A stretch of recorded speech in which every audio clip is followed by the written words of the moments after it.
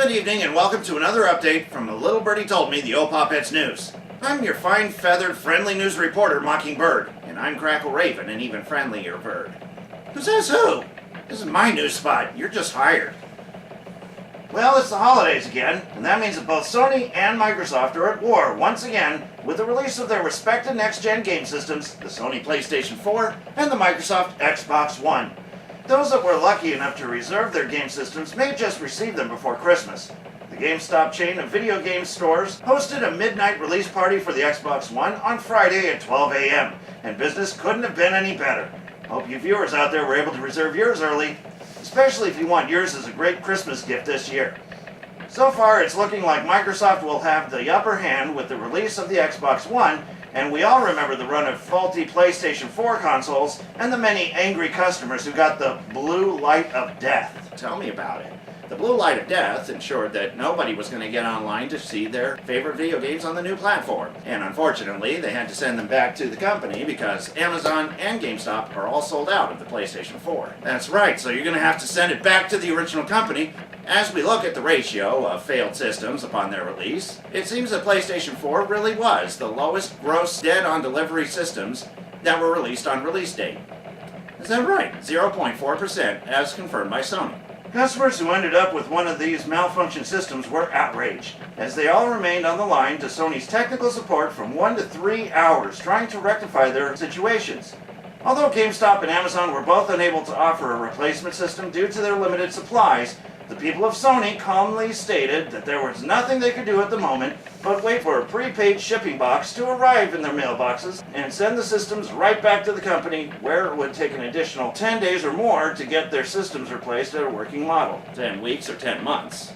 It might sound like 10 years. Hence why I say it's always best never to buy a new console system right on release day. There's always something bound to happen, and support may indeed seem impossible. And speaking of something new, Nintendo releases its new Zelda game, A Link Between Worlds, which is the most anticipated Zelda release on the 3DS console since Ocarina of Time 3DS.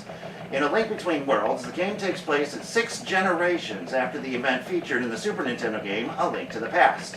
Featuring the same style of overhead graphics, A Link Between Worlds will also feature stereoscopic 3D graphics.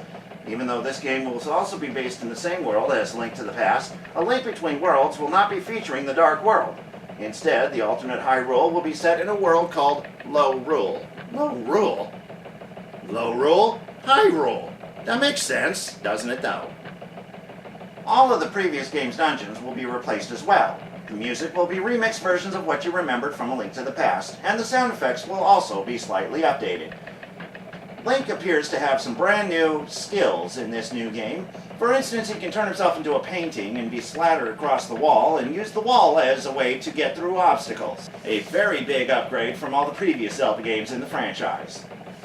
Here to give you a first look is our own SonicBlu Darkfold, who just added the game to his collection. SonicBlu? As you can see, it looks exactly like, well, similar to Link to the Past. But this is A Link Between Worlds. Not really a version of Link to the Past, more like a sequel all on its own. Well, let's get this started. Now, since I've already started a game, I'm not going to show you the main storyline of how this works, because there's going to be a lot of spoilers if I did, but those of you that want to experience the game yourself can do so. Now, as you can see, moving the directional pad moves the camera. You have to use the analog. Now, to slash at the you can still slash at the grasses and mow the grasses with your sword and find rupees, hearts, anything you're looking for, and you can still pick them up as well. Now you come over here. Now you're going to see a lot of these on Hyrule. This is the weather vane. You hit A, and you'll find these all over the place. That's how you save your progress. So you don't have to go to the sanctuary to save your progress anymore. You can just save it right on Hyrule. And there's a place right in your immediate area. And of course, they got the gray pots that you can slash away and get rupees. I'm going to go ahead and cruise around and show you some of the layouts of Hyrule. As you can see, very similar to A Link to the Past. The enemies, very similar as well. Like I said, the layout is the same. You got your view of the map over here. You access your items by the touchscreen or your gear on this side of the touchscreen. The Y button counts as your held item, and the B button is always going to be your sword. As you can hear, your low heartbeat noise is very similar. Good thing I found hearts. There's the cuckoo nest, and is also part of a little mini game.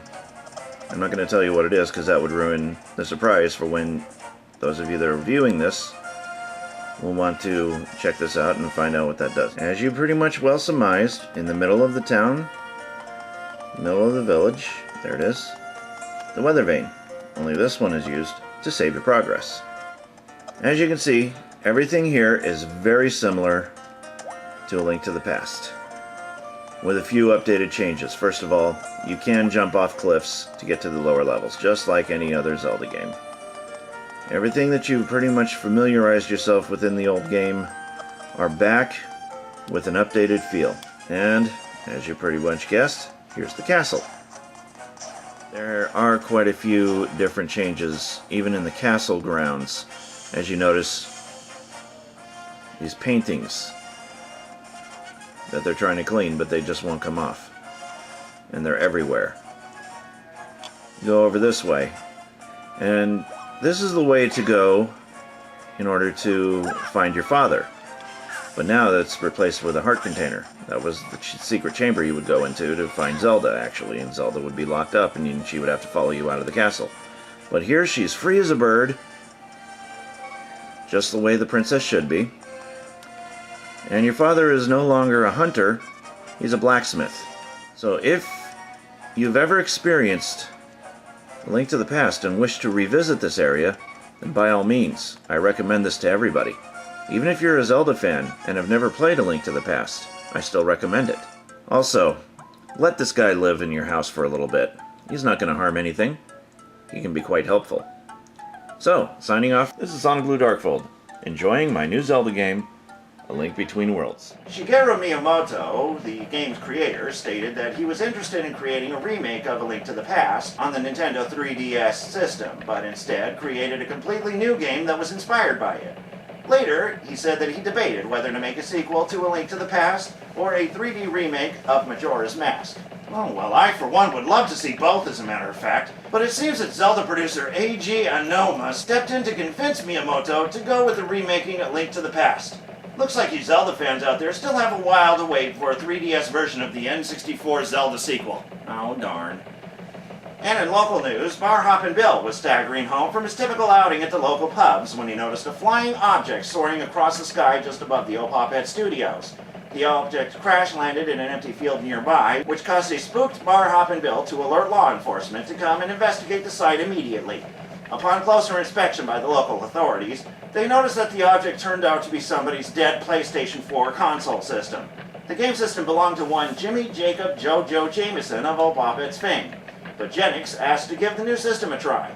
The game system refused to operate, which caused him to fling the new PlayStation 4 out the window. Jennings is due to appear in court for littering and defacing someone else's property, while bar hoppin' Bill faces the charge of wasting the time of law enforcement.